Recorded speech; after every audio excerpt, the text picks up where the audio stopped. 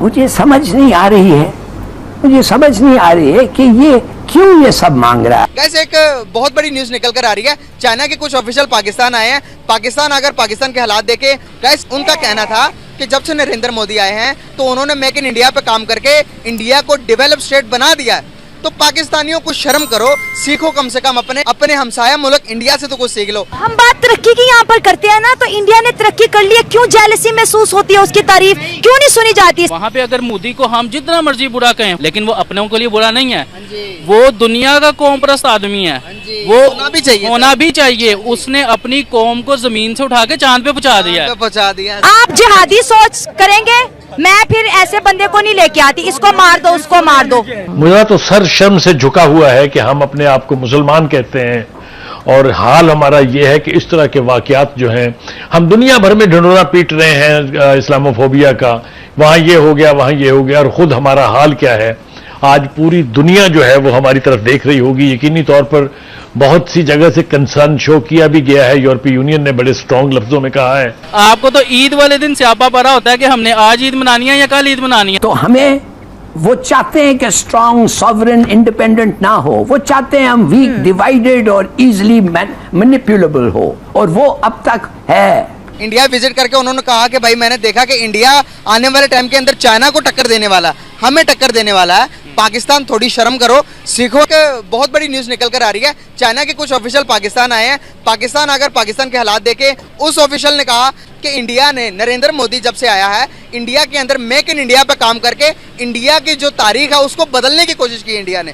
Guys, उनका कहना था कि जब से नरेंद्र मोदी आए हैं तो उन्होंने मेक इन इंडिया पे काम करके इंडिया को डेवलप स्टेट बना दिया है। तो पाकिस्तानियों को शर्म करो, सीखो कम से कम अपने हमसाया मुल्क इंडिया से तो कुछ सीख लो। गाइस, चाइनीज ऑफिशियल का ये कहना है पाकिस्तान को लेकर। पाकिस्तानी पब्लिक के पास जाऊंगा, उनसे पूछूंगा क्या ये जो चाइना का कहना था, क्या इससे आप मुतफिक करते हैं या नहीं करते? क्या इंडिया एक डेवलप स्टेट बन गई है? चाइना के एक ऑफिशियल पाकिस्तान आए हुए थे। हमारे सी पैक का जो काम चल रहा है चाइना और पाकिस्तान के दरमियान, इसको मुकम्मल हुए 10 साल हो गए हैं। तो उन्होंने 10 साल में देखते हुए उन्होंने कहा कि भाई मैंने इंडिया भी विजिट किया। इंडिया विजिट करके उन्होंने कहा कि भाई मैंने देखा कि इंडिया आने वाले टाइम के अंदर चाइना को टक्कर देने वाला, हमें टक्कर देने वाला है। पाकिस्तान थोड़ी शर्म करो, सीखो इंडिया से, और आप भी कोई इस तरह की इन्वेंशन करो, दुनिया से इंपोर्ट करने की बजाय एक्सपोर्ट पर ज़्यादा जोर दो। क्या कहना चाहेंगे? चाइना हमारा दोस्त, वो भी आज इंडिया की तारीफें कर रहा है, क्या वजूहत है? सर बेसिकली देखें जी, हमारा तो कोई दोस्त नहीं है। दोस्त होता है कि दोस्त मुल्क उस दोस्त का होगा जिसकी इन्वेस्टमेंट वहाँ पे सेव होगी। अब चाइना इंडिया की आपस में जंगी हुई हैं या जिस तरह भी है, लेकिन चाइना की इन्वेस्टमेंट वहाँ पे सेव है, अमेरिका की, बरतानिया की इन्वेस्टमेंट वहाँ पे सेव है।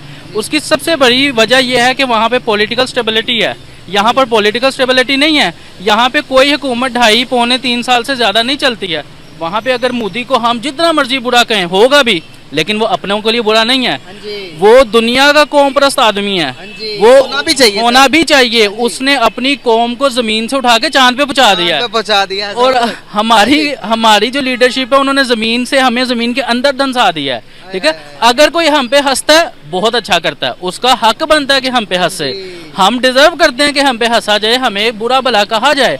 ये हमारी हरकतों का नतीजा है। हम जब कौम परस्त नहीं होंगे, हम पॉलिटिकल स्टेबिलिटी नहीं लाएंगे, हमें अच्छे बुरे का ये शक्ल अच्छी है जी, आप इसको ले आओ, 3 साल पहले वो अच्छा था, अब ये मुझे अच्छा लग रहा है, चलो भी आप फारिग हो, आप आ जाओ।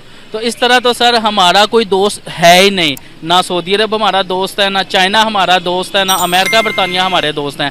जिसका जहाँ पे मफाद है वो उसका दोस्त है। हम ना तो अपने मफाद को सेव कर पा रहे हैं अपनी कौम के, और ना ही हम किसी की इन्वेस्टमेंट को सेव कर पा रहे हैं। इतनी बदतरीन करप्शन है यहाँ पे कि कोई हमारा दोस्त नहीं है, और ये रियलिटी है। सर यहाँ पर मैं आपको थोड़ी बहुत इंडिया के बारे में बताना चाहूँगा, बिकॉज का टॉपिक ऐसा है कि चाइना ने भी तारीफ कर दी इंडिया के, तो बताना चाहूँगा मेक इन इंडिया पर नरेंद्र मोदी ने काम किया था। सर जब उनकी हुकूमत आई, जब वो आज से तकरीबन 10 साल पहले जब वो आए, उन्होंने कहा तो इंडिया है उसको मैं खुद मुख्तार बनाऊंगा कि पूरी दुनिया इंडिया के प्रोडक्ट इस्तेमाल करेगी। सर आज वही हुआ, 10 साल बाद मेक इन इंडिया इतना काम कर रहा है। पाकिस्तान के अंदर भी जो एप्पल की एसेसरीज आती हैं, जो आईफोन मैन्युफैक्चर होके आ रहे हैं, वो भी इंडिया के मैन्युफैक्चर हम यूज़ कर रहे हैं। हम तो कहते हैं दुश्मन है भाई, दुश्मन है, मुकाबला करना तो इसमें मुकाबला करें ना। सर डेवलपमेंट दुनिया की 5वीं बड़ी मैशत बना दी, हमने क्या किया अपने मुल्क के लिए? सर हमने ये किया कि हमने अच्छे अच्छे तराने जारी कर दिए, बड़ी अच्छी बात है, होने चाहिए, कौम का जज्बा उभारना चाहिए, लेकिन सिर्फ ये नहीं होना चाहिए, साथ साथ वो काम भी होना चाहिए जहाँ जो वहाँ पर हो रहा है। 40 करोड़ का झंडा बना दिया और वो अपने 14 अगस्त पे गिफ्ट, वो अपने 15 अगस्त पे चंद्रयान पे जाते हैं, चांद पर जाते हैं, हाँ। और हम 40 करोड़ का झंडा बनाकर अब हमको दिखाएं। सर आप 40 करोड़ का छोड़ के आप 60 करोड़ का बनाए, आप 80 करोड़ का बनाए, लेकिन पहले उस काबिल तो हो जाए।